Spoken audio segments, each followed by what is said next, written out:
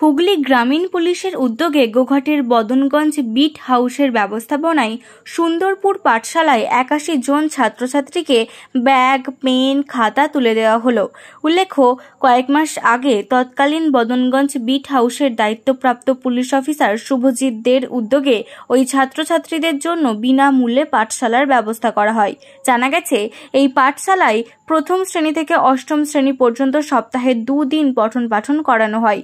সোমবার এই পাঠশালা পরিদর্শনে আসেন আরামবাগের এসডিপিও সুপ্রভাত চক্রবর্তী ও গোঘাট থানার ইন্সপেক্টর ইনচার্জ মধুসূদন পাল।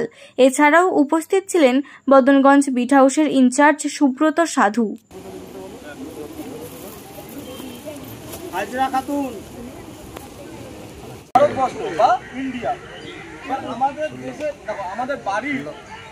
আশেপাশে যারা থাকে তাদের প্রতিবেশী বলি আমরা, তাহলে আমাদের দেশের পাশাপাশি যারা যে দেশগুলো আছে তাদের আমরা প্রতিবেশী দেশ বলি।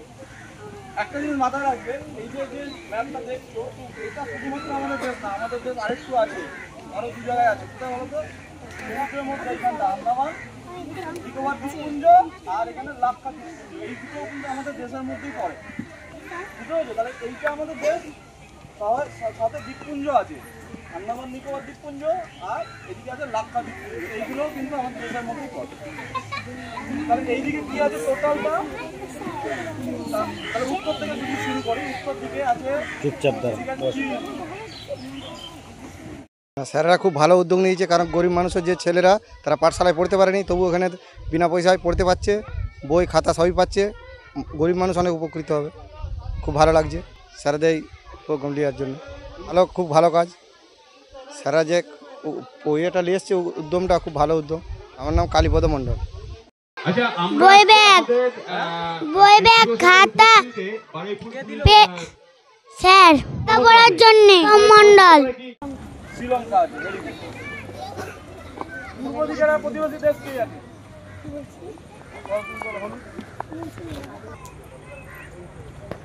বাংলাদেশ। আমরা এই পাঠশালার উদ্যোগটা এখন অধুনা যে পুরসুরার বড়বাবু আছে শুভজিৎ, সে প্রথম গ্রহণ করেছিল। আমাদের এইটা খুব একটা ভালো একটা উদ্যোগ নিয়েছিল। তারপরে গৌরাঙ্গ আসে, এখন সুব্রত, মানে এইখানে অফিসার চেঞ্জ হলেও উদ্যোগটা থেমে থাকবে না এবং এমনভাবে এটাকে তৈরি করা হয়েছে, আমরা যখনই যতটুকু আমাদের মানে যেটুকু পারি আমরা, আমাদের সহায় সম্বল যেটুকু আছে, আমরা চেষ্টা করি এদেরকে আরও উৎসাহিত করা। এই যে আমরা ছোটোবেলায় যখন কোনো খাতা, বই, পেন্সিল পেতাম কিংবা কোনো কিছু খাবারের জিনিস পেতাম, আমরা অনেক বেশি উৎসাহিত হতো। আপনারাও যদি আপনাদের ছোটোবেলার দিনগুলোর কথা মাথায় রাখেন, তখন আমরা কিছু কেউ দিলে আমাদের খুব ভালো লাগতো, আরও পড়াশোনার বেশি উৎসাহিত হতো। আজকাল পড়াশোনার কথা, খেলাধুলোর কথা খুব কমজন বলে, এটা আরও বেশি করে বলা দরকার। কেন কি এত বেশি অন্যান্য আলোচনা শুরু হতে থাকে যে পড়াশুনো আর খেলাধুলোটা কোথাও যেন হারিয়ে যাচ্ছে, আর তার মাধ্যমে এদের সুন্দর শৈশবটাও হারিয়ে যাচ্ছে।